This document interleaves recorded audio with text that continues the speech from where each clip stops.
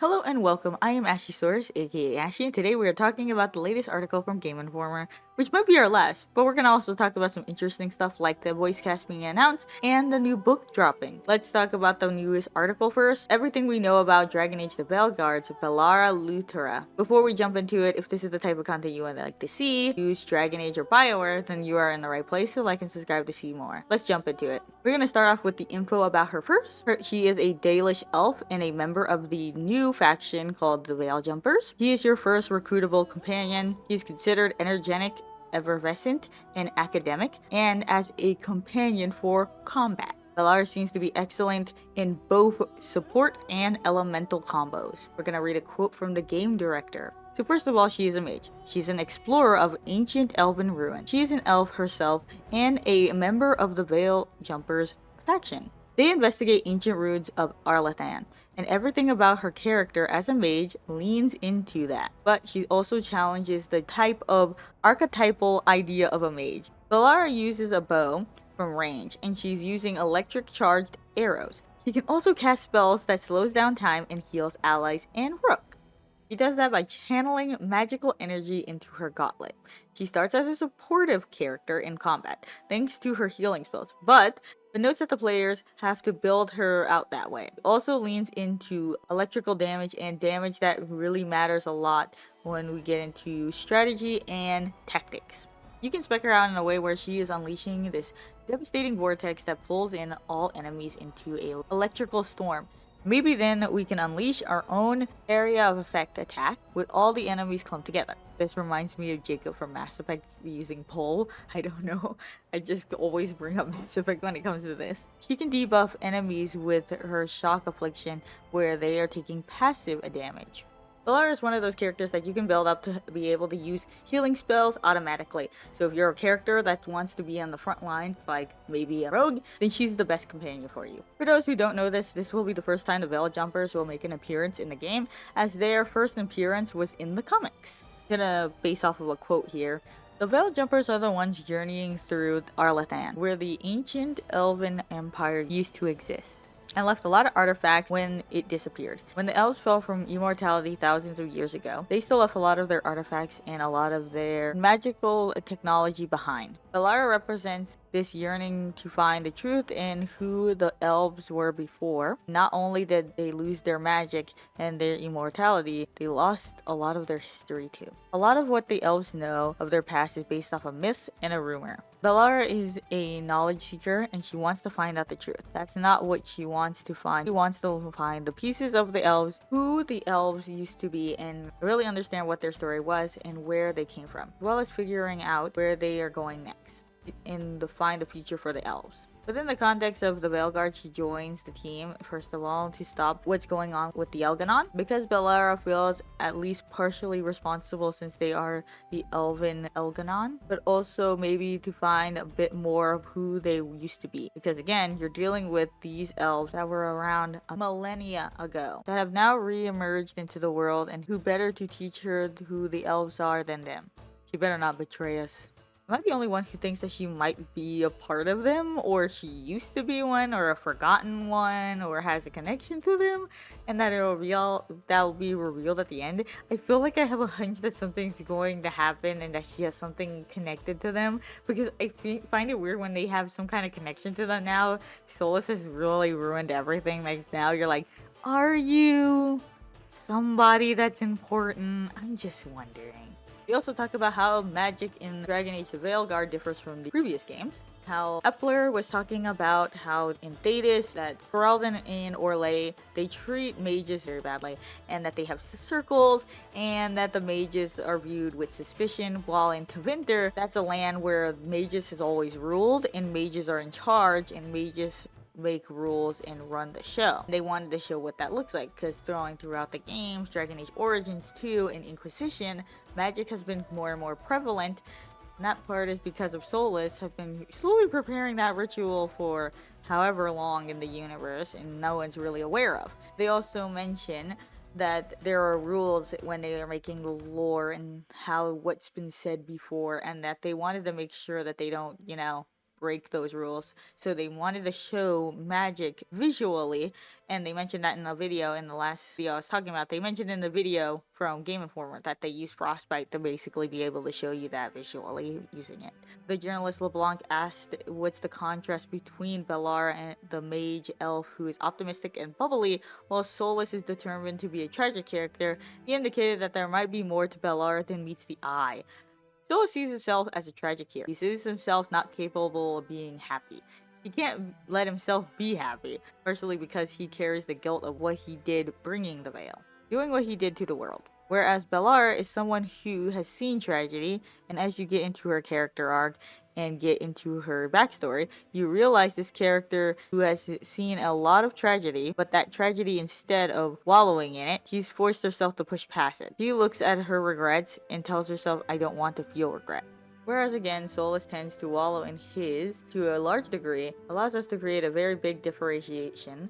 A part of also because Solus is an ancient elf, whereas Bellara is a Dalish elf, but she just sees a problem and wants to solve it. She feels a tremendous amount of responsibility for her people, to the Dalish, and to the Veil Jumpers, and that drives her forward. That said, she has moments where she has doubt, and she has moments where has a more grim outlook, and there are moments where you realize that some of her sunny, optimistic outlook is kind of a mask that she puts on to hide the fact that she is hurting, she's in pain, but in general, she doesn't see any benefit to wallowing in those regrets. And that's it for at least this Game Informer article, and I wanted to thank Game Informer and Wesley LeBlanc for all the coverage and new details that we got for Dragon Age. So now let's talk about the voice actor announcement and the book that's coming out. Let's jump into the voice actors first. Alright, so they had a little blog post that they posted, and they were talking about how, if you haven't heard about their Meet the Heroic Companions of Thetis panel that they're having at Comic-Con, they mentioned it again, who's gonna be there, the voice actors for Harding, Neve, Emmerich, and they mentioned that they were gonna be talking at there and talking about the characters and stuff like that. Now, the voice cast. They were mentioning the 4 rooks that you will get. You will get 2 voices that sounds like North American accents, and 2 accents that sound like they're from the UK/Europe. Mention Alex Jordan, who is from Cyberpunk and The Amazing World of Gumball. Brian E. Corrigan, they are from Baldur's Gate 3 and Good Omens. Erika Ishii from Destiny and Apex Legends. And then we have Jeff Berg from Battlefield 1 and NCIS. So, first of all, I've heard of some of these people, and some of them I have not. So I don't know exactly what to say about some of them for their voices.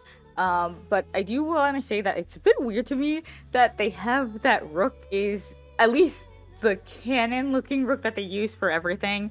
It seems like Rook is black, but they don't have any black voice actors for Rook. A lot of different races have different voices, even if people like the same, they don't. You can obviously tell.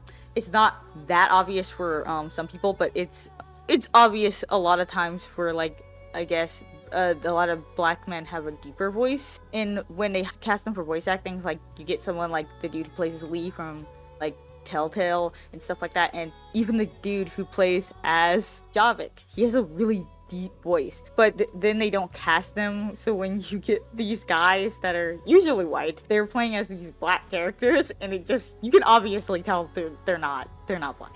I find it weird that we have 4 voice actors and none of them, not one, for Rook is black, yet they use a black Rook for the entire marketing. I don't think he sounded bad in the 20-minute gameplay thing, so I don't think he did a bad job, whoever that voice actor was, but I still think it's weird that they just don't cast black people to play as creative characters when you make black people in the game. It's just weird. I feel like in this game, even though I know it's expensive, I just feel like we could have had 2 more voices. They could have been black people. I just feel like that would have been that. Or at least one of these people. I don't say anything about them in their job, because obviously they were hired and I wouldn't want them to view it out one. But I just feel like it's weird that we always get creative character things and we never get black voice actors. That's just personally me. I find it weird that we never get that. But we're gonna move on to the announcement for Companions cast. Ali Hillis from Mass Effect 3 and Naruto returns as Harding. Ike Amundi from Mass Effect 3, Halo 5 Guardians, and Insomniac Spider-Man as Davrin. Ji Young Han from Perry Mason in Unprisoned as Bellara. Jessica Clarke from True Blood and Pocket Listings as Neve. Jin Meili from Star Trek Picard in Silicon Valley as Tash, Nick Borain from Call of Duty Modern Warfare and Black Sails as Emrich. His skeleton assistant is played by Matthew Mercer from Critical Role and Fallout 4. Zach Mendes is from Horizon Forbidden West and Married Alive as Lucanus. And last but not least, Gareth David Lloyd is returning as Solus and Brian Bloom as Varric. They mention at the ending, we have so many more people to introduce you to, including some returning characters, but we are not quite ready to reveal all of those yet because, you know, story spoilers. Well, that is for now. They can't wait for people to meet the characters, voice actors at Comic-Con and continue their summer filled of reveals for Dragon Age. And they said they'll talk soon, which is super exciting. I can't believe Dragon Age Summer is a thing. So next, we're gonna move on to the last thing so we can end this video up. Here's your first look at Dark Horse's upcoming Art of Dragon Age the Veilguard. So we got revealed by Wesley LeBlanc, the journalist for the other ones, that there is going to be a new art book coming out for Dragon Age the Veilguard, and that it's going to have details of the book, including the price and release date later in a later time, and that today they only wanted to show off some art for it, and let me just say, the dragon is beautiful. This is some really good art. I'm super excited for this because I did not really care for the Inquisition art book. I didn't want the Inquisition one because I just felt like the art style was very not my taste. So yeah, I want to see what they're gonna do with this one. I really hope that the art looks like the concept art that they released and the stuff that they showed in the 25 years of BioWare, because those pieces were really nice and they will be really good to reference off of. That's what I really want this for. But yeah, so I'm excited to see this. They said that this is from Dark Horse Comics, who has been doing all of their comics before, and that this is going to be a similar book to the Dragon Age Inquisition one, and that it will have official game art, concept art, and that's all we can know for now. And we'll have to wait to learn a bit more of it. And that's basically it. This was a really nice little book thing that they're going to release, and I'm excited to see it. And also, this was really nice to just add on the top of this, since this is the ending of the Dragon Age news until Comic-Con. So I'm just gonna have this video come out, and then the Comic-Con stuff when the time comes. I will also be trying to talk about other stuff, but my life has been super strange lately, so that's why videos are only like one a week, and then next week there might only be one video depending on how much Comic-Con stuff they talk about, because I'm probably not gonna upload it on like a Saturday or Sunday depending on how much they say throughout the entire time of Comic-Con.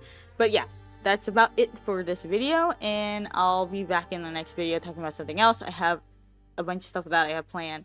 One is about Cole, one is about the BioWare video that I was talking about Solus, that's going to be coming out soon, and then I have one more video which is going to be about The Sims 4. It's going to be an update, so I'm going to be making a few videos coming up soon.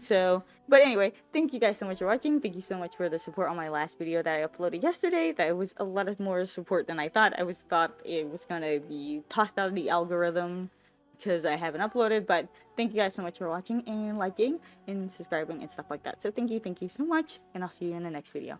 Bye bye. Whoa,